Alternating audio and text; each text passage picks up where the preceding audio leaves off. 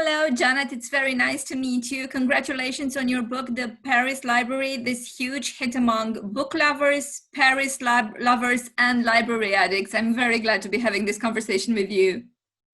Thank you, Ioana. I'm so excited to meet you too.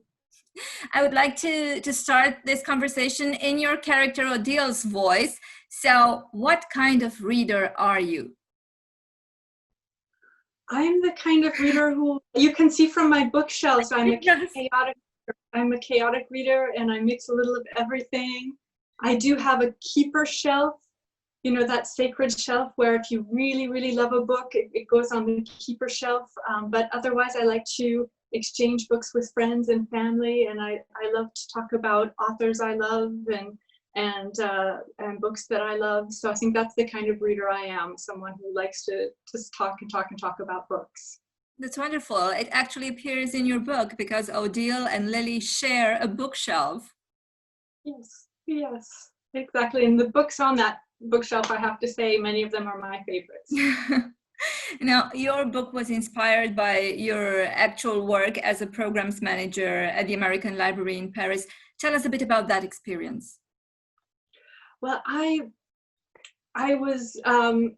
had just finished my first book, Moonlight in Odessa, and I wasn't looking for a job, but I talked to the program manager who was just leaving the position, and she made it sound so interesting, and I had volunteered at the American Library in Paris teaching creative writing to teenagers, so I decided to apply for the job. And it really is a wonderful place. It's very international. I think 60 nationalities are represented. So people from all over the world, you have students, journalists, diplomats, zillionaires, they all kind of want to come and have a place that they can call home and hear what's going on. And I think they call libraries third places, so it's not work, it's not home, it's someplace in between where you can just relax and be yourself. And so it was really a wonderful experience every week to do what you're doing right now, which is to welcome an author and to talk about their book, to hear what they're working on or what their passions are. So it was really a wonderful experience. You know, I thought the same about your book. Your book is like this bookish continent, you know, where everything happens, love for books and love in general and hate and all kinds of illusions being built and future projected and so on. There's a constant back and forth movement, you know, in your novel from Europe to America. And there's also a permanent shift in time. On the historical level, we move from World War II to the Cold War. Why these particular time settings? Well, I grew up in the Cold War, and I just remember feeling that there was a whole world of people I wanted to meet and places I wanted to go, and it was off limits. And when I was a teenager, I worked at a cinema, and the cinema had this red velvet curtain. Yeah. And so for me, in my head, the Iron Curtain got mixed up with that red velvet curtain, and I just kind of wanted to peek behind to see what that world was. And so my first book, Moonlight in Odessa, takes place in Odessa, Ukraine. I did get to peek behind that curtain. But growing up, there was always that uncertainty and that fear. And we see that same uncertainty and fear in the beginning of World War II with what they called the phony war or the drôle de guerre, where no one knew what would happen. Everyone was kind of holding their breath. It's a little like our situation now with the COVID, yes, where exactly. It's very, you know, we just don't know, and it's really a scary time. Yes, I also felt that in a certain point, your novel is also about survival. It is about la résistance, you know, whatever the form or whatever the danger. And I thought that in this respect, we can relate to our time, a time of a pandemic, of isolation, of finding shelter in the joys of one's mind and sometimes in a library. Yes, absolutely. I think we must do what we can especially in this kind of difficult political climate, to help each other and to support each other and do what we think is right. But it is very challenging. Sometimes we look at World War II and it seems to us that things were very black and white. But of course, at the time, for the people, it wasn't. And I think that's why World War II literature is so popular today. It's because it seems so black and white. And it's maybe easier for us to understand. Now, you've built this wonderful relationship between these very different characters, Odile and Lily, who share much more than a bookshelf. They share a love for books and they share a love for Paris. How was it to be the architect behind their friendship, actually, their bond? It was a fun relationship to explore because I love that intergenerational friendship. And I've had so many people in my life, from my mother to my grandmother to my next door neighbor, growing up in Shelby, Montana, to my next door neighbor in Odessa, Ukraine, who really were so patient and kind and listened and advised. And I think we're lucky to have those relationships. And so I hope through this book, people can have that same kind of relationship. But it's also trauma. It's also the fact they both lose people they love and care about. They lose pieces of themselves, and in a way they built up the puzzle together again. Yes, that's absolutely true. I think that's just part of life too, is having these terrible losses, and sometimes what sustains us are the friendships that we build in times of terrible loss. I must confess, one of my favorite characters is a Miss Reader, the manager of the American Library in Paris, who is this kind of a larger-than-life figure, and she seems to be fading away in a legend of her own. How was it to maneuver these kind of characters into a theater behind, or in front of a red curtain? It was very challenging because for a long time I was afraid to put words in her mouth because I didn't want to get things wrong. And so for a long time, she as a character didn't work because she seemed very wooden. And I have so much admiration for her.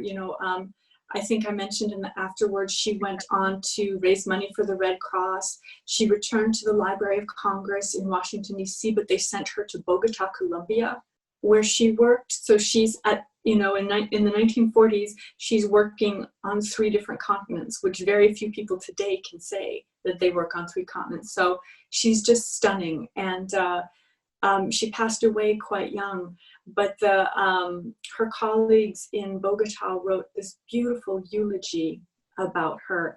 And I was so touched to read just the impact that she had on them when she was there, I think for 2 years. And of course, at the library, I read through, maybe 100 pages of her correspondence, and she was always so positive. And it was very striking as a woman. She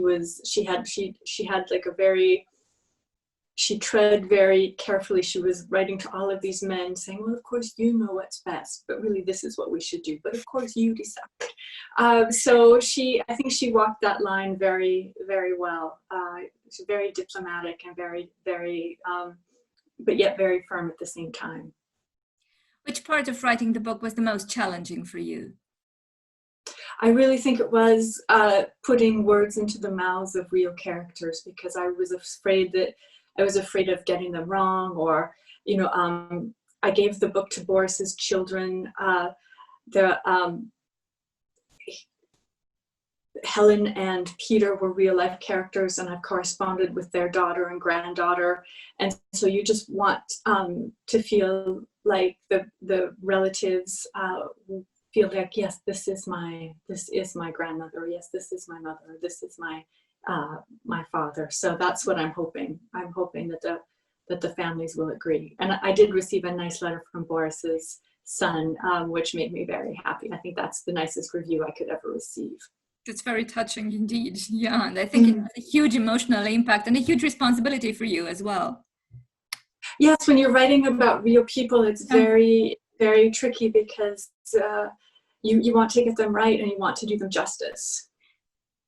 It appeared to me that your novel also speaks about women, women throughout time, the relationship between them, their social status, their voices and their views on fiction, on education, on raising children, on morality, on marriage, or simply on staying alive. Was that one of your goals? Or did it just grow out of the blue as the novel developed in your mind? I think that those themes are always there because that's what we live with on a daily basis, this kind of juggling act that we must do, and how we're perceived, how we perceive others. It's very, very challenging. I would like to, I think we should mention the name of the translator as well, because as hard as it was for me to write the book, it was probably even harder for her to translate, because translation is an art. It really is. Indeed, and Simona Săsărman did a wonderful job in this version of your book, which appeared in Romanian by Literar Printing House MSA. Is a joy for every reader, I think, and the story just flows. I mean, it is indeed, we have to thank her for having the book as well. Yeah, exactly. If you enjoyed the book, it's really thanks to her. She just must have done an absolutely fabulous job. Now, since you've mentioned that and you've mentioned translation, there is this recurrent motif in your book that I really loved. Words have power. It's a very strong message, and I was wondering whether dismantling cliche and prejudice and starting a conversation about the way in which words and labels can actually, willingly or unwillingly, hurt people was part of your intention. Absolutely. I think it was very hard for Odile to be by herself, to be known as the war bride. It wasn't positive or negative, this label, but it was a label. And I did a lot of research on war brides, and it was absolutely fascinating. And I just think it was so hard for them to give up everything and to leave everything behind, because after World War II, they didn't know if they'd ever be able to see their loved ones again or return to their home countries. And they also didn't know very well the men that they were marrying.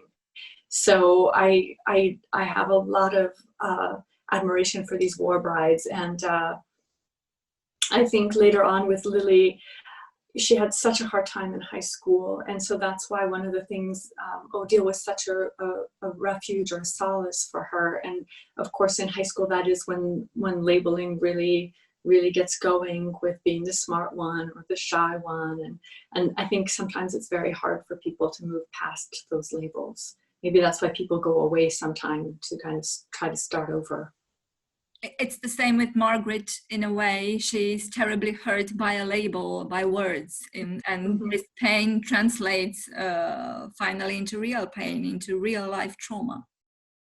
Yes, Margaret, I think, was one of my favorite characters to write. She was just an absolute joy, and there's the I'm not sure in the Romanian edition if there's the photo in the beginning of the book. Yes. And that picture was actually my inspiration for the character of Margaret. That's a real picture. And with the brim of her hat, we don't really see her eyes. And we just never know what people are thinking and what people feel. And I thought that picture was really powerful. I'm glad it's included. I also love the fact that when, as you said, Lily has a hard time, she has lost her mother, she does not have a very good relationship in the beginning with her stepmother, she practically takes refuge into a different language, into a different culture, but also into a different language. She starts learning French. Yes, well, and I think too, when you speak a foreign language, you feel like a different person, and there are different phrases and different expressions. For example, in English, they say, white as a ghost. In French, they say white as an aspirin. So even the way we imagine things it's quite different. And then Lily, with learning French, she didn't know the past tense, so she couldn't look to the past. She couldn't look to the future. She didn't know the future tense, so she was just saying right now. I wish we learned languages more. I think that's something that every year we do less and less, and it's a real tragedy. Now, I thought there's also a romance going on in the novel, which is not as obvious as the ones developing in the pages. So apart from these obvious romances, there's this love affair between you and one of your characters, and this character is Paris. So how did that story start? Well, I came here for 1 year, which is how a lot of people come here, 1 year, One year. or 1 school year, or 6 months, and then 20 years later, we're still here. And so I came as an assistante de langue vivante, so I came as a teaching assistant, and then I met my husband, and I renewed my teaching contract, and then I got married, and that's a long-term contract.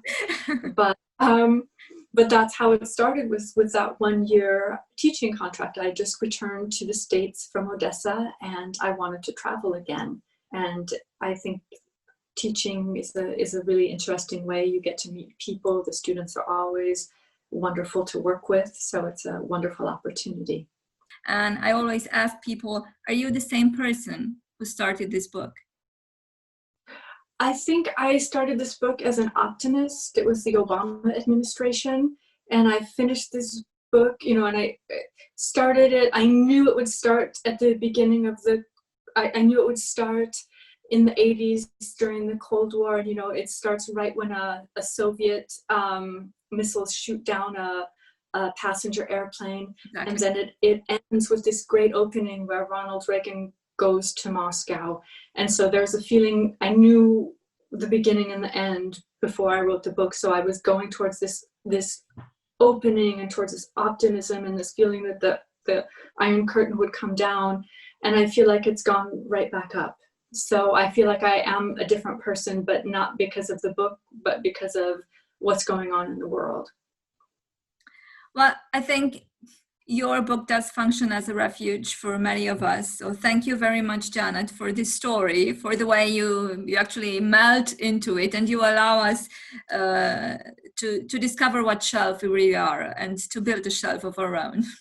Oh, well, thank you so much for your brilliant questions. It was really wonderful. And I do hope that readers will absolutely fall in love with the book. And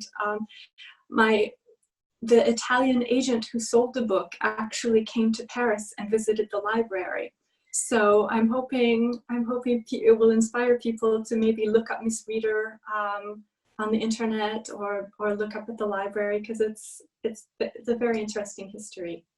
Well, I definitely did put the library on my list. So next time I'm in Paris, I'll sure come visit. Okay, yes, and let's have coffee. Excellent. Thank you so very much. It was lovely meeting you. Lovely meeting you too, Joanna. Thank you. Thank you. Goodbye. Stay safe. You too. Bye-bye.